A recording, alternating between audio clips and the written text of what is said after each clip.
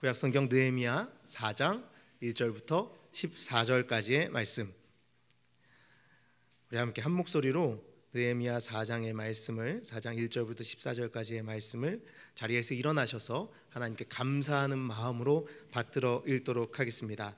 우리 한 목소리로 읽습니다. 산발랏이 우리가 성을 건축한다함을 듣고 크게 분노하여 유다 사람들을 비웃으며 자기 형제들과 사마리아 군대 앞에서 일러 말하되 이 미약한 유다 사람들이 하는 일이 무엇인가? 스스로 견고하게 하려는가? 제사를 드리려는가? 하루의 일을 마치려는가? 불탄 돌을 흙무더기에서 다시 일으키려는가 하고 암몬 사람 도비아는 곁에 있다가 이르되 그들이 건축하는 돌 성벽은 여호가 올라가도 곧 무너지리라 하더라. 우리 하나님이여 들으시옵소서. 우리가 업신여김을 당하나이다. 원하건대 그들이 욕하는 것을 자기들의 머리에 돌리사 노략거리가 되어 이방에 사로잡히게 하시고 주 앞에서 그들의 악을 덮어두지 마시며 그들의 죄를 도말하지 마옵소서. 그들이 건축하는 자 앞에서 주를 노하시게 하였음이니이다 하고 이에 우리가 성을 건축하여 전부가 연결되고 높이가 절반에 이르렀으니 이는 백성이 마음에 들여 일을 하였음이니라.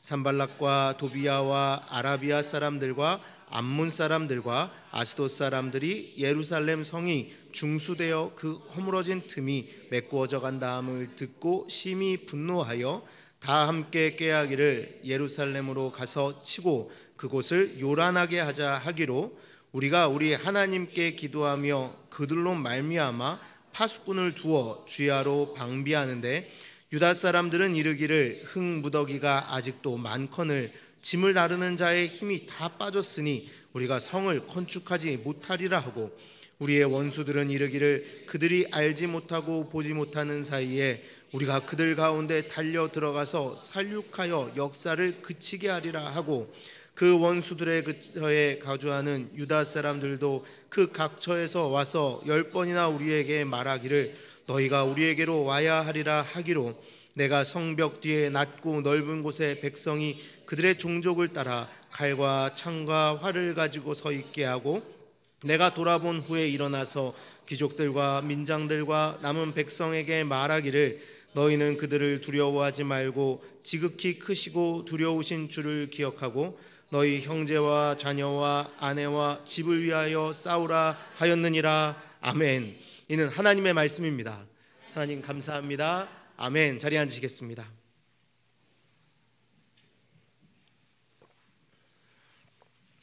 하나님 우리 아버지와 주 예수로부터 오는 은혜와 평강이 대림절 둘째 주 예배로 부름받아 나오신 모든 성도님들과 함께 하시기를 간절히 바랍니다.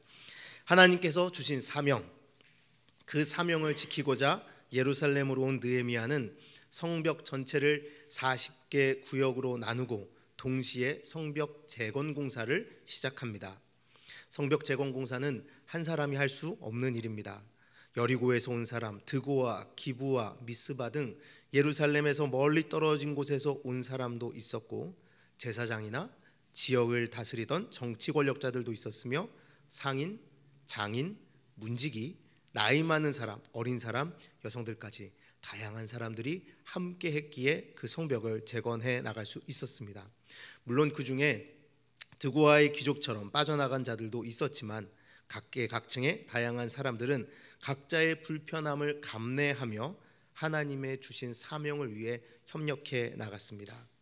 성벽의 중흥, 부흥, 재건은 이렇게 모두가 함께 마음을 모으고 뜻을 모아 사명에 충성할 때 이루어집니다. 그런데 여러분 이렇게 성벽이 차곡차곡 아무런 문제 없이 올라가고 있던 그때 대적자들이 다시 등장합니다.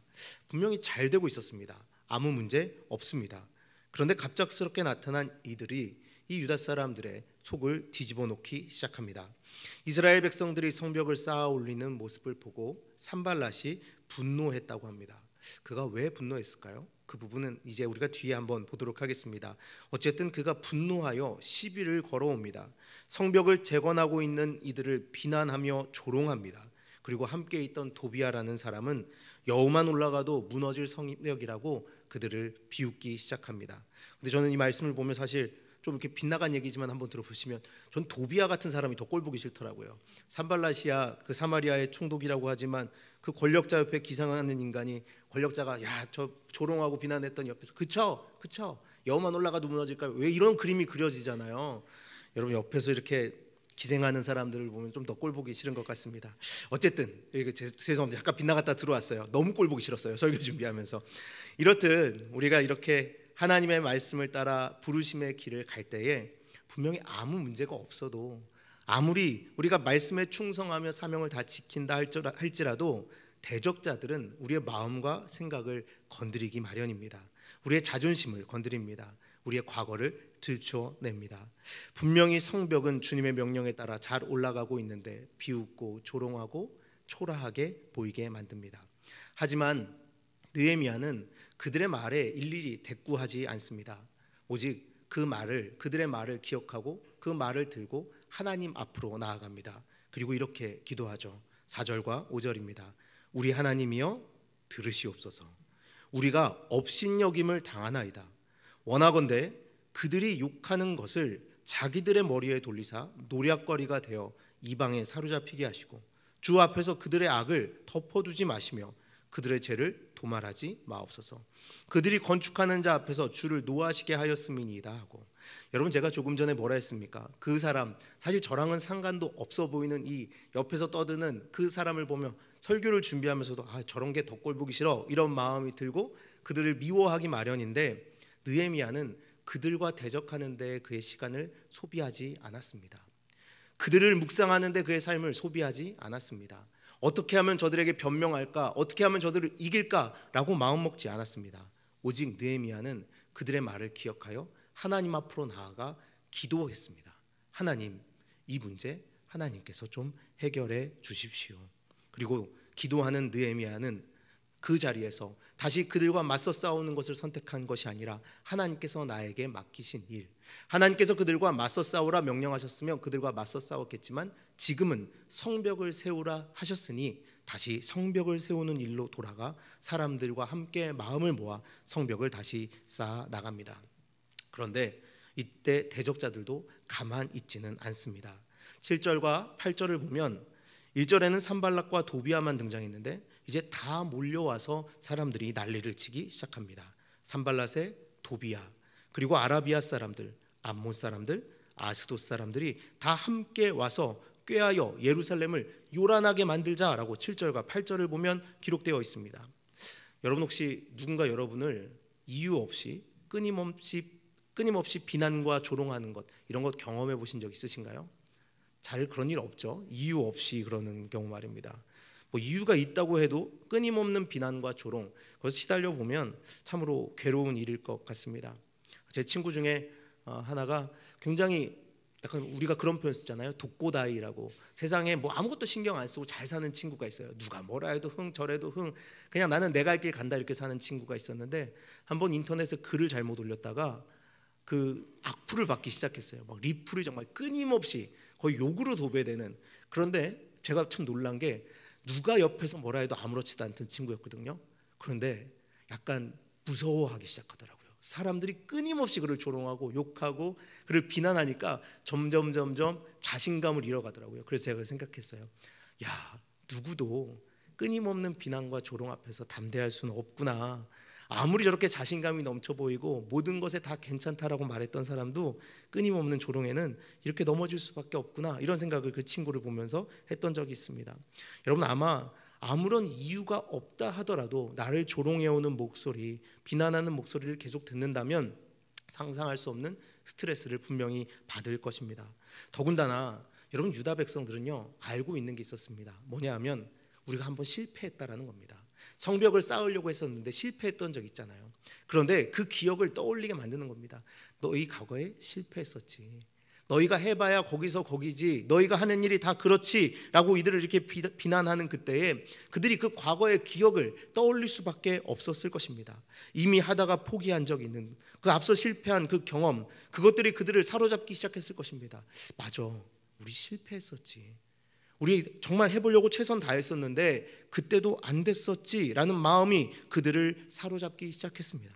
그럴 때는 여러분 참으로 버티기 힘들 것입니다.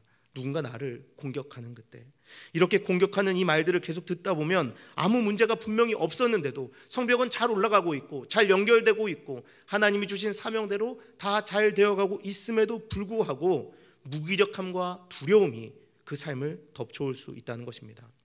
느헤미야는 기도하고 사람들의 마음을 모아 그 일을 계속해 나가려고 했지만 사람들이 흔들리기 시작했습니다.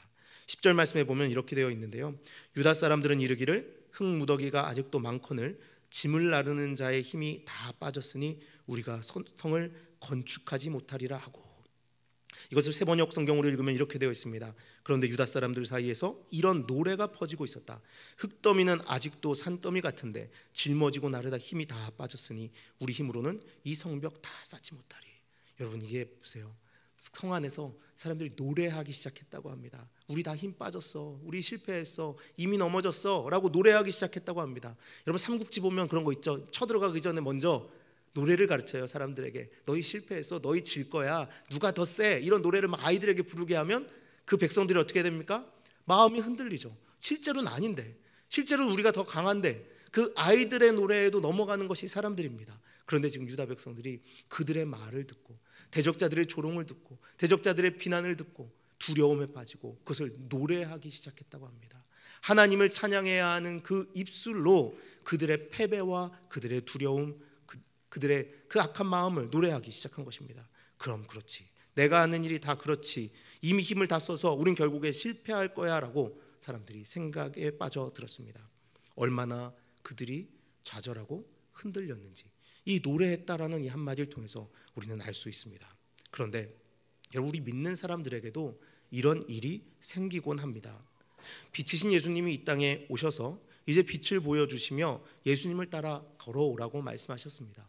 빛이신 예수님께서 앞서 나가며 우리를 부르시고 이제 나를 따라오라 라고 이렇게 말씀하셨습니다. 그런데 여러분, 앞서가는 빛을 본다면 우리는 앞으로 갈 수 있습니다. 그런데 대적자들은 우리에게 뭐라고 하는 줄 아십니까? 뒤를 돌아보라고 합니다. 여러분, 만약에 빛이 앞에 있다면 뒤에 무엇이 있나요? 어둠이 있죠. 우리 뒤에는 어둠이 남아 있습니다. 여러분, 우리는 본질상 진노의 자녀였기 때문에 그냥 우리는 내버려두면 죄 짓고 사는 인생들이었습니다. 예수 믿기 이전의 삶이 어두운 것은 당연합니다. 죄 가운데 점철되었던 것은 당연합니다. 우리가 했던 모든 일이 하나님께서 원하시는 일이 아니었던 것은 너무나도 당연합니다. 빛이 비추었으니까 그 어둠이 드러났습니다. 그런데 여러분, 사탄이 뭐라고 그럽니까? 너 봐, 너 뒤돌아봐봐. 네가 빛이신 예수 그리스도를 보고 앞으로 나아가고 있다고 하지만 네가 걸어왔던 그 길 보면 뒤에 어둠밖에 남은 거 없잖아 라고 우리를 속이려고 합니다. 우리는 분명히 예수께서 말씀하시기를 앞만 보고 그 빛을 보고 예수 그리스도를 보고 따라오라 명령하셨지만 우리에게 그 사탄은, 우리를 속이는 자는, 우리의 대적자는 어둠을 보라고 합니다. 그런데 여러분, 이 어둠을 보면 어떻습니까? 분명 우리 예수 잘 믿고 있었는데, 빛만 보고 가고 있었는데, 지금 사실 구원받은 백성으로서 잘 살고 있는데 여전히 우리 안에 남아있는 그 죄성이 우리를 자극합니다. 다시 두려워하게 만듭니다. 아, 그렇지, 내가 하는 일이 결국엔 다 그렇지, 또 실패하겠지, 또 넘어지겠지. 이 안에서 꿈틀거리는 이 죄된 마음이 결국에는 예수 그리스도를 사랑하는 마음보다 더 커져서 나는 결국에 또 예수 믿기 이전과 동일한 삶을 살게 되겠지라고 마음 먹게 됩니다. 여러분, 그러나 여러분, 예수님께서 우리에게 빛을 비추시는 이유가 우리가 그 어둠을 바라보며 어둠 속에 살길 원하셔서 빛을 비추셨습니까? 그 어둠이 드러나게 한 이유가 그 어둠을 바라보며 어둠을 묵상하고 다시 어둠으로 돌아가게 하시기 위하여 우리에게 빛을 비추셨습니까? 너희 그런 존재였지, 너희는 그렇게밖에 못 살지 라고 말하시기 위하여 우리에게 빛을 비추셨습니까? 당연히 아닙니다. 예수님은 우리를 초라하게 하시기 위하여, 그 비난받게 하시기 위하여, 조롱당하게 하시기 위하여 빛을 비추신 것이 아닙니다. 예수님 믿는 것을 창피해하고 그리스도인답게 사는 것을 초라하게 느끼기를 원하시기 때문에 그렇게 하신 것이 아니라는 겁니다. 이전의 어둠 때문에 빛에서 떠나 어둠으로 숨기를 원하는 존재가 누구입니까? 예수 그리스도요? 아닙니다. 바로 우리를 속이려는 그 대적자 사탄인 것입니다. 예수님은 우리가 빛을 보고 앞으로 걸어나가길 원하십니다. 그 이전의 삶이 어떠했더라도 십자가 위에서 흘리신 예수 그리스도의 보혈로 그 이전의 삶을 끊어내고 빛이신 예수 그리스도만을 바라보며 나가게 하시길 원하십니다. 예수님의 십자가의 길도 그랬습니다. 예수님의 십자가의 길은 비난과 조롱의 길이었습니다. 사람들은 예수님의 뺨을 때렸고 예수님을 향하여 침을 뱉었으며 갈대로 머리를 때리고 옷을 벗기고 십자가에 못 박았습니다. 그리고 이렇게 이야기했죠. 네가 정말 메시아라고? 그렇다면 스스로를 먼저 구원해봐라 라고 비웃으며 조롱했습니다.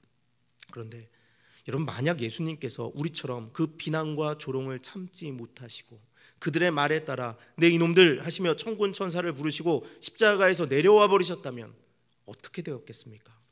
여러분, 이 세상에 구원은 없는 것입니다. 우리는 영원히 지옥 백성이 되는 것입니다. 그러나 예수님은 그 비난과 조롱 앞에서도 하나님께서 부르시는 길이라면 그 비난과 조롱 앞에서도 담대하게 십자가의 길을 걸어가셨습니다. 그래서 히브리서 5장 8절에서 9절은 예수님이 당한 고난 가운데 일어난 일을 이렇게 말합니다.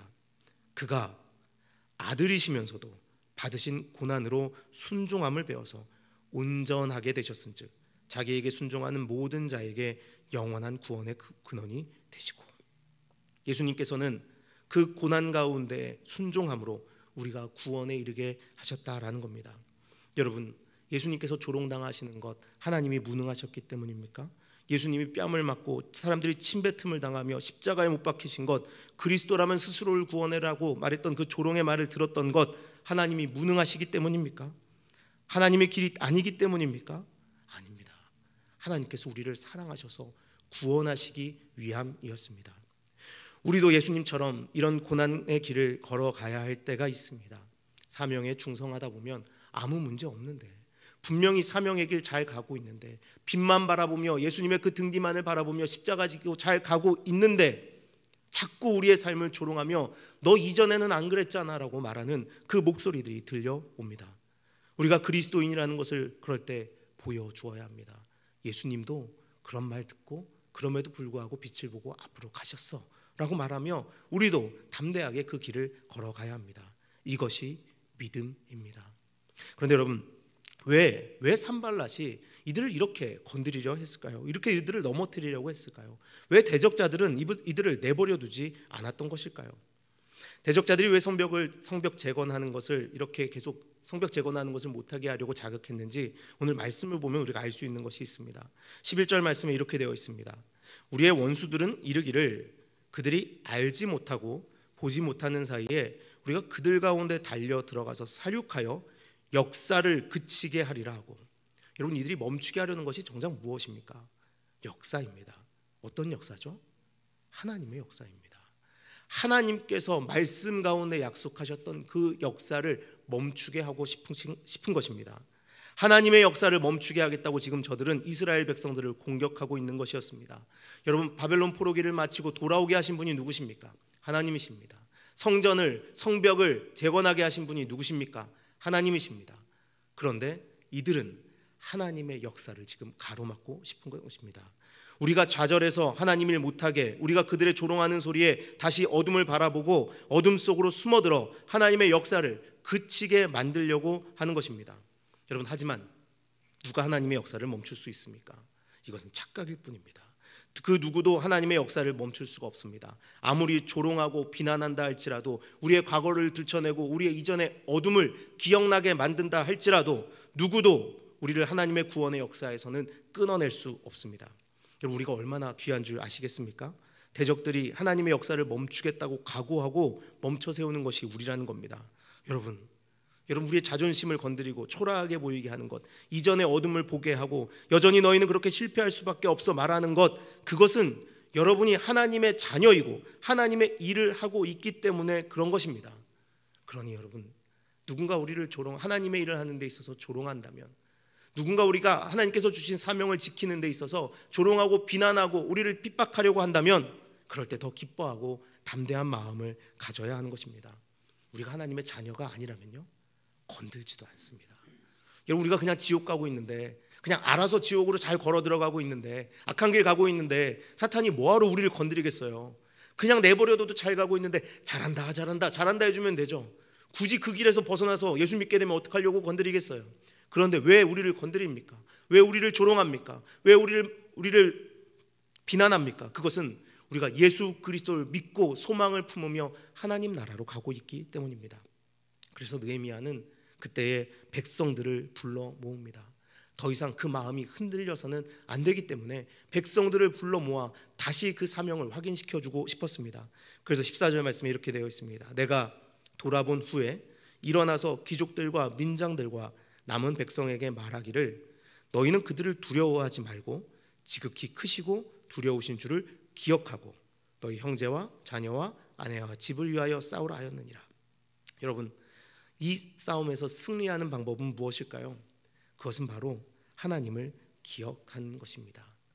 그렇게 우리가 하나님의 일을 하는 데 있어서 아무 문제가 없었는데 자꾸 대적자들이 우리를 넘어뜨리려고 할 때, 그래서 우리의 마음이 낙담되고 하나님을 찬양해야 하는데 그 두려움을 묵상하고 두려움을 노래하고 있을 그때에 우리가 다시 승리자로 일어설 수 있는 방법은 단 하나, 하나님을 기억하는 것입니다. 망각에 저항하는 것이죠. 바로 그것이 진리를 붙잡는 것입니다. 약속의 땅으로 인도하신 하나님을 기억하라. 우리가 죄를 짓고 하나님을 떠났지만 다시 돌아오게 하시겠다고 약속하신 하나님을 기억하라. 그리고 오늘 이곳에 돌아오게 하셔서 다시 성전을 짓게 하시고 예배하게 하시고 성벽을 재건해서 하나님의 도성을 회복하시는 그 하나님을 기억하라 라고 느헤미야는 이야기하고 있습니다. 온 땅에 너희를 제사장 나라 삼겠노라고 약속하신 하나님의 언약을 기억하라 명령합니다. 그 언약을 기억하는 사람들만이 좌절하지 않을 수 있고, 그 언약을 기억하는 사람들만이 불안해하지 않을 수 있고, 그 언약을 기억하는 사람들만이 마지막 날 다시 오실 예수 그리스도 그 앞에서 기뻐할 수 있는 것입니다. 시편 42편 5절 말씀을 보겠습니다. 내 영혼아 네가 어찌하여 낙심하며 어찌하여 내 속에서 불안해하는가. 너는 하나님께 소망을 두라. 그가 나타나 도우심으로 말미암아 내가 여전히 찬송하리로다. 하나님께 소망을 두고 그분을 기억하며 하나님을 바라보아라.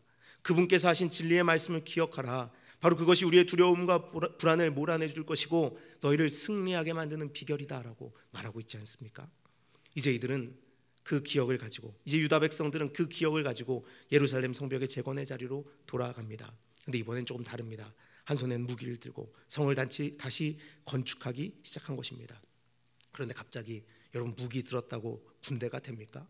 산발랏은 그 사마리아 총독으로서 군대와 함께 왔다고 되어 있습니다. 그런데 유다 백성들 그냥 노예로 살다가, 그냥 다른 나라의 포로로 살다가 갑자기 돌아온 이들, 그들의 한 손에 칼 들려주면 군대가 됩니까? 여러분, 제가 처음 군대를 갔을 때가 생각납니다. 저는 포병을 다녀왔습니다. 포병에 가면 그 TOT라는 게 있어요. 그게 뭐냐면 타임 오브 타겟이래요. 정확하게 뭐 그게 맞는지 아닌지는 그냥 그때 배웠으니까 그래요. 그게 뭐 이제 북한에서 이상 징후가 발견이 되면 우리 포가 동시에, 저희 대대에 있는 모든 포가 동시에 그 이상 징후가 있는 곳을 향해서 한 번에 포를 쏴야 되는 작전이에요. 그래서 막 이렇게 언제 이 경보가 울릴지 몰라요. 갑자기 그냥 막 경보가 울리면서 TOT 그러면은 모든 군인들이 다 그 포상 위로 뛰어 올라가야 돼요. 꽤 높아요. 정말 막 숨이 헐떡헐떡 뛰어 올라가야 되는, 계단이 수백 개가 있는 그 산을 뛰어 올라가야 되는데, 처음 이등병 때 그 병장들을 보면서 그런 생각이 들었어요. 병장들은요 좀 무슨 할아버지처럼 행동해요. 왜 병장들이 이렇게 뒷짐을 도 주고 다니지 모르겠어. 이렇게 병장들 이렇게 뒷짐을 지고 이렇게 허리를 구부리고 다녀요. 뭐 이렇게 왜 그런지 모르겠어요. 근데 그 병장들 보면 무슨 군인들이 저래 저렇게 느그적 하는 것도 없고, 모자도 삐딱하게 쓰고, 또 옷도 빼입고, 경례도 이렇게 해요. 이기자 이렇게, 경례도 원래 이렇게 하면 안 되거든요. 근데 막 이기자 이런 식으로 막 경례를 해요. 아유, 저것들도 군인인가 이런 생각이 들어요. 근데 그 TOT라는 걸 하는 시간이 오면 다릅니다. 저희가 막 샤워를 하다가도 TOT 올리면 막 뛰어 올라가야 되거든요. 진짜 속옷 한 장 입고 뛰어 올라가요. 전투화 신고 총만 들고 올라가요. 근데 그렇게 막 뛰어 올라가는데, 아니 세상에, 분명히 조금 전에 내 옆에서 샤워하고 있었는데 올라가서 그 사람들은 사격 준비를 마치고 있는 거예요. 저는 이제 총 들고 한 계단 절반 올라갔나? 근데 벌써 막 내려와요. 사격 끝났어 이러고 내려와요. 물론 이제 훈련입니다. 그래서 그 사람들을 점점 보면 느낀 게, 군대 2년 2개월 그냥 있는 거 아니구나. 저 사람들이 여기서 놀다만 가는 거 아니구나. 그래서 점차 알게 됐어요. 시간 반복된 훈련이 결국에 군인을 만드는구나. 경례를 졌다고 해도 저 사람들이 진짜 군인이구나 이런 생각을 했어요. 근데 여러분 보세요. 이 사람들은 지금 오늘 그냥 갑자기 무기를 들었어요. 근데 산발랏은 뭐예요? 훈련된 군대를 데리고 왔다고 해요. 그 앞에서 군대를 세워놓고 농성한 거예요. 조롱한 거예요. 근데 이 사람들이 뭐가 되겠어요? 칼 들고 있으면 군인이에요? 아니라는 거죠. 그냥 이제 막 훈련소 마치고 나온 그 이등병들이랑 이제 병장들이랑 싸우면 누가 이기겠어요? 말도 안 됩니다. 바보 같은 짓입니다. 그런데 이들이 능력이 없고 오합지졸이어도 여러분 상관이 없다는 것입니다. 왜냐하면 하나님을 기억하고 하나님을 바라보며 그들이 그 자리를 지켜 섰을 때 하나님이 일하시기 때문입니다. 15절 말씀에, 오늘 우리가 읽지 않았지만 15절 말씀에 이렇게 되어 있습니다. 우리의 대적이 우리가 그들의 의도를 눈치챘다 함을 들으니라. 하나님이 그들의 꾀를 패하셨으므로 우리가 다 성에 돌아와서 각각 일하였는데. 하나님이 그 꾀를 패하셨다. 하나님이 그 꾀를 패하셨다. 하나님께서 대적들의 눈에, 대적들의 마음에 우리가 어떻게 할 수 없구나 느끼고 보이게 만드셨다라는 겁니다. 이제 칼 한 번 잡아본 사람들인데, 아무것도 할 줄 모르고 그냥 칼 한 번 들어본 사람들인데, 칼 쓰는 법도 모르는데, 과일도 제대로 깎을 줄 모르는 사람들인데, 그 사람들의 모습을 보며 아, 저들이 우리의 의도를 눈치챘으니 우리가 어찌할 수 없겠구나라고 마음먹게 했다는 겁니다. 누가요? 하나님이요. 하나님이 그 악한 자들의 마음을, 그 악한 자들의 꾀를 패하셨다라는 겁니다. 대적들의 눈에 더 이상 만만하게 보이지 않게 만드셨다는 것이죠. 사탄이, 대적자들이 우리를 향하여 비난하고 조롱한다 할지라도, 우리를 넘어뜨리려 한다 할지라도, 지금까지 인도하셨던 하나님을 믿고 그 자리에 서 있을 때 어둠에 빠져들지 않고 좌절하지 않고 주님께서 맡기신 일을 할 때 놀라운 역사가 이렇게 일어나는 줄 믿습니다. 여러분, 혹시 오조준이라는 단어 들어보신 기억 나시나요? 오조준. 올림픽 때 한참 이야기 나왔었는데, 올림픽 때 우리나라가 올림픽에서 뭘 제일 잘하죠? 네? 축구요? 축구 금메달. 할렐루야. 네, 우리나라가 축구 금메달 따면 제가 전교인에게 저녁을 사겠습니다.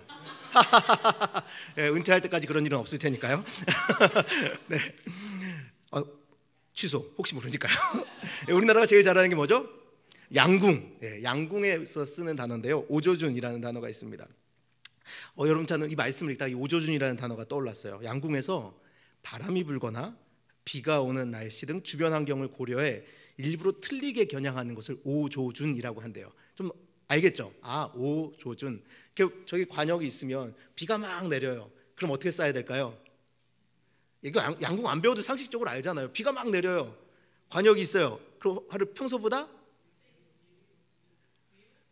그렇죠, 높게 쏴야겠죠. 비가 이렇게 화를 때리니까요. 바람이 이쪽에서 이렇게 불어요. 그럼 어느 쪽으로 쏴야 돼요? 이쪽으로 쏴야 되죠. 이쪽에서 이렇게 불면 이쪽으로 쏴야 돼요. 예, 맞습니다. 비가 오면 화살이 비에 맞을 것을 대비해서 조준기를 내리거나 관역 위를 조준한다고 합니다. 바람이 부는 반대 방향으로 조준하여 활을 쏜다고 합니다. 이것을 오조준이라고 하는데요. 근데 이게 중요한 게 있어요. 이거는 사실 철저하게 그동안 연습하며 경험했던 것을 믿어야 하는 것입니다. 왜냐하면 바람이 얼마나 부는지, 비가 얼마나 내리는지 정확하게 알 수 없기 때문입니다. 그렇지만 내가 평소에 연습을 해오며 쌓아왔던 방법대로 이 정도 바람이면 관역에서 이만큼 벗어나야 돼. 내 눈에 관역이 저기 있기 때문에 저기로 쏴야 하는 것 같지만 지금 바람이 이렇게 부니까 이쪽을 쏴야 돼. 내 눈에는 관역이 저기 있기 때문에 여기 쏴야 되는 것 같지만 비가 오기 때문에 이렇게 쏴야 돼라고 철저한 연습을 의지해서 이 오조준을 해서 활을 쏜다고 합니다. 그런데 내 눈에 보이는 대로 믿고 쏘는 것이 아니라 그동안 얼마나 연습했는지를 믿고 쏘는 이 오조준을 믿고 쏠 때 그 활이 관역에 들어가 꼽힌다고 하는 것이죠. 여러분, 왜 제가 갑자기 오조준을 얘기한 줄 아십니까? 우리 그리스도인들은 사실 연습을 믿는 사람들은 아닙니다. 내가 그동안 열심히 연습해서 열심히 노력해서 무엇인가 이루어야지 이렇게 말하는 사람들은 아닙니다. 우리가 의지할 것은 무엇이냐면 바로 대적의 꾀를 꺾으시는 하나님을 믿는 것입니다. 우리 눈에 지금 보이는 것과 다르더라도 그 방향을 향하여 믿고 쏠 때 그리스도인들은 관역에 들어가는 활을 쏠 수 있는 것입니다. 하나님께서 우리에게 때로는 오조준하라고 명령하십니다. 사명을 주시고 앞으로를 향하여 따라오라라고 말씀하시는데 자꾸 양쪽에서 바람이 불어오고 비가 내리고 조롱하는 자들이 우리를 넘어뜨리려고 합니다. 그러나 주님께서는 괜찮다라고, 그 길 걸어오라고 말씀하십니다. 사망의 음침한 골짜기 같은 길을 우리에게 보여주시면서 자, 천국으로 가는 길이다, 함께 걸어가자라고 말씀하십니다. 여러분, 그럴 때 우리는 어떻게 해야 됩니까? 하나님을 믿고 오조준하는 겁니다. 하나님이 이렇게 바라보라 하셨으면 나는 이렇게 바라볼 거야. 너희가 나를 조롱하고 넘어뜨리려 하고 참소한다 할지라도 나는 반드시 하나님께서 인도하시는 그 길 끝에 영원한 우리의 소망 천국이 있는 것을 믿으니 나는 예수 그리스도의 빛을 바라보며 그 길을 갈 거야 라고 결단하는 것입니다. 사탄은 우리를 뒤를 돌아보게 만들어 이전에 살던 대로 살게 하고 싶어 합니다. 좌절하고 지나간 어둠을 바라보게 하고 실패했던 경험을 떠올리게 해서 하나님의 도성이 무너졌더라도 도전하지 않고 그 자리에서 도망가게 만들고 싶어 합니다. 하지만 여러분, 그럴 때 기억하십시오. 우리는 연약할 수 있지만 그 일을 맡기신 하나님은 연약하지 않으십니다. 우리는 조롱과 비난에 흔들릴 수 있지만 하나님은 우리처럼 조롱과 비난에 흔들리지 않으십니다. 우리의 구원이 어디서 옵니까? 나의 반석이요 요새이신 하나님으로부터 오는 줄 믿습니다. 여러분, 때로는 아침에 말씀을 묵상하고 하루를 시작하고 주일날 말씀을 잘 듣고 일주일을 살아간다 할지라도 점점 그 말씀이 꿈과 같이 여겨질 때가 있습니다. 예배에 잠시 들었던 말씀은 한 주를 살아가는데 우리와 상관없이 느껴지고, 아침에 분명히 말씀 묵상하고 하루를 시작했는데 내가 그리스도인인지 잊혀질 때도 너무나 많습니다. 그러나 여러분, 그럴 때 기억하십시오. 우리가 그런 마음이 될 때 분명히 사탄은 우리를 속일 겁니다. 거봐, 내가 너 그럴 줄 알았어. 일주일에 한 번 들은 그 말씀으로 네가 산다고? 아침에 잠시 묵상했던 말씀으로 네가 오늘을 산다고? 어제 안 그랬는데 네가 오늘 무슨 수로 그러겠어? 라고 말할 겁니다. 그러나 우리는 넘어지더라도 우리를 붙잡고 계신 하나님은 그 언약의 말씀을 바탕으로 하루도 쉬신 적이 없으신 분이십니다. 그분이 나를 붙잡고 있으니 우리는 앞만 보며 갈 수 있는 것입니다. 여러분, 이전에 한번 제가 인용했던 적이 있는데 기억하실 분이 계실지 모르겠습니다. 그 독일 2차 대전 당시에 독일 교회를 지켰던 신학자이자 목사인 헬무트 틸리케라는 분이 이런 말을 했습니다. 한번 좀 들어보시길 바랍니다. 영혼 속에 안전한 사람은 삶에 닥쳐올 일을 두려워할 필요가 없다. 모든 지각에 뛰어난 평안을 누리는 사람은 머릿속의 미래의 끔찍한 가능성을 망령처럼 떠올리며 겁낼 필요가 없다. 세상을 이기신 분을 아는 사람은 이미 모든 망령의 손에서 벗어났다. 땅끝까지도 다스리시는 손을 믿는 사람은 자신의 초라하고 죄 많은 삶마저도 사망과 무덤의 음침한 골짜기를 지나 무사히 종말의 날과 아버지의 보좌에 이를 것을 안다. 어떻게 이런 글을 쓸까요? 참 대단합니다. 과거의 어둠도 미래의 두려움도 예수 안에 있는 우리를 어떻게 할 수가 없습니다. 과거의 망령이 우리의 미래를 결정짓지 않습니다. 우리의 미래를 결정짓는 분은 오직 우리를 위하여 생명을 내어주신 예수 그리스도일 뿐입니다. 그 예수 그리스도를 믿는다면, 예수님과 하나 된 우리라면 우리는 반드시 하나님의 그 언약의 말씀을 통하여 약속하신 천국에 이르게 될 것입니다. 그런데 무엇을 두려워합니까? 왜 하나님의 일을 하는 데 있어 머뭇거립니까? 대적자들, 그 조롱하는 자들의 목소리를 들으며 참소하는 자의 목소리를 들으며 왜 그 자리에 주저앉아 그 두려움을 노래하고 있습니까? 이제 예수님과 하나 된 우리 하나하나가 띠를 띠고 하나가 되어 마음을 모아 성벽을 재건해야 할 때입니다.